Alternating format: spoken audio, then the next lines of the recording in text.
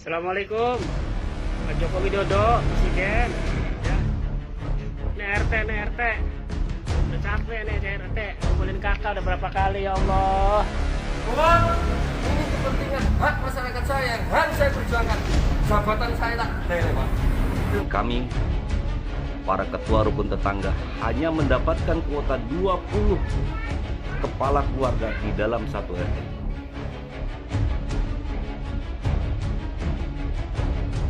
Ya, yang harusnya berisi 1 karung beras yang kuota super 110 kilo, 2 kg gula, 2 liter minyak, dan 20 bungkus mie instan.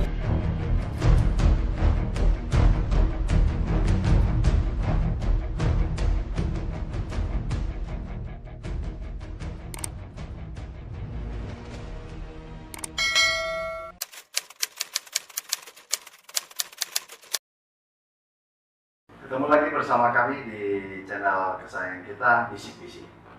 Kali ini saya kedatangan seorang teman. Saya perkenalkan, Bang Eno. Gimana Bang Eno, masih kerja di perusahaan yang sama? Bekerja masih. Gaji tetap?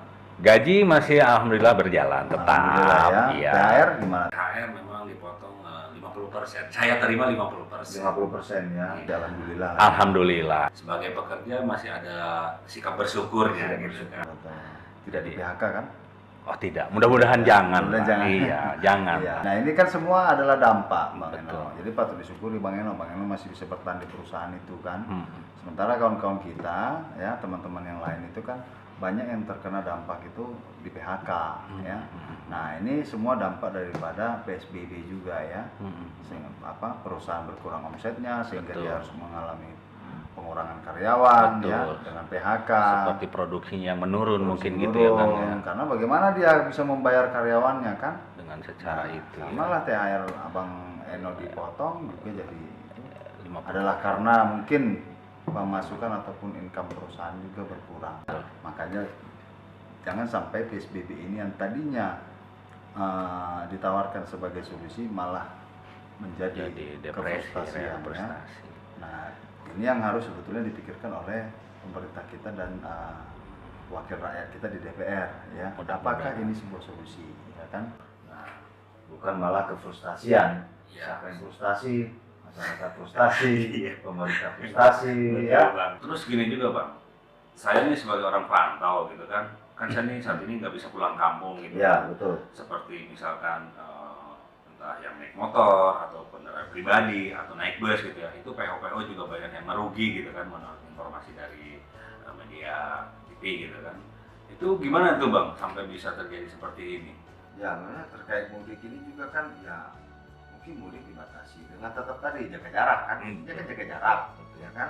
Artinya memang dalam mobil misalnya diisi maksimal 3 orang, ya, tetapi boleh mudik gitu Boleh kan. mudik. Nah, pengawasan tadi kita kembali ke pengawasan, berarti kan ada yang mengawasi di setiap jalur mudik itu kan, pengawasan, pengecekan gitu kan, checkpoint gitu kan, dilihat kalau memang tidak memenuhi syarat, ya sudah, berarti dia gagal mudik gitu kan, atau dihalangi mudik oleh aparatur kita. Gini juga Bang, saya mau tanya nih tentang bansos ini kan. Seperti terjadi gitu kan, toleransi lah kita sebagai orang bertetangga. Seperti saya nih dapat gitu ya bantuan sosial itu. Namun ada tetangga saya yang memang lebih layak mendapatkan, bukan berarti mengecilkan ya, tapi tidak mendapatkan gitu. Itu gimana Bang? Ya aku bagi aja. Ya, ini secara solusinya memang akuratnya ya Bang ya, menurut saya bagaimana sih? Ya disinilah jangan sampai terjadi kesenjangan sosial. Nah ini kan yang akan menimbulkan konflik berikutnya. Nah dalam hal bansos ini kan sebetulnya tidak melihat lagi kaya dan miskin. Betul. Ketika dia berKTP Indonesia, ya, Iya. warga negara Indonesia, Iya. ya dia sama-sama haknya, Ya memang ya, itu. baik kaya dan miskin. Namun memang ya kaya mungkin punya kesadaran yang tinggi lah untuk membantu gitu kan, Iya. membantu yang lemah gitu kan. Iya. Nah, jadi memang kalau abang terusik di situ, ya secara manusia kita terusik gitu Betul. ya, ingin membantu. Tetapi kan masalah kita memiliki keterbatasan. Iya. Keterbatasan inilah yang kita tidak bisa mengakomodir. Betul. ya kan? Nah, sebetulnya hal-hal seperti inilah yang harus dilihat oleh pemerintah kita. Iya. Jadi menurut saya Bang Eno, kesimpulan saya ya bahwa lebih baik ya kita itu tetap bekerja normal ya, tetap beraktivitas seperti biasa, mencari nafkah seperti biasa dengan menerapkan standar protokol ya, protokol untuk kesehatan ya, penggunaan masker, cuci tangan dan jaga jarak secukupnya gitu ya. Nah, itu menurut saya lebih baik ya, jangan sampai PSBB ini juga akhirnya menimbulkan kefrustasian ya baik bagi negara maupun bagi diri kita masyarakat sendiri ya. Nah, itu. Dan untuk bansos juga Bang Eno ya, menurut saya ini harus dibenahi ya, jangan sampai menimbulkan kekisruan di masyarakat ya. Harus pemerintah harus turun tangan ke bawah ya, bersama-sama dengan legislatif kita ya, wakil rakyat, anggota DPR untuk turun langsung melihat kondisi real hari ini ya, siapa yang belum terima ya. Nah, ini juga kita jadikan sebagai himbauan kepada pemerintah dan DPR untuk melihat kondisi di lapangan. Apabila ada yang belum menerima bansos, harus langsung disikapi dengan memberikan bansos supaya masyarakat terbantu.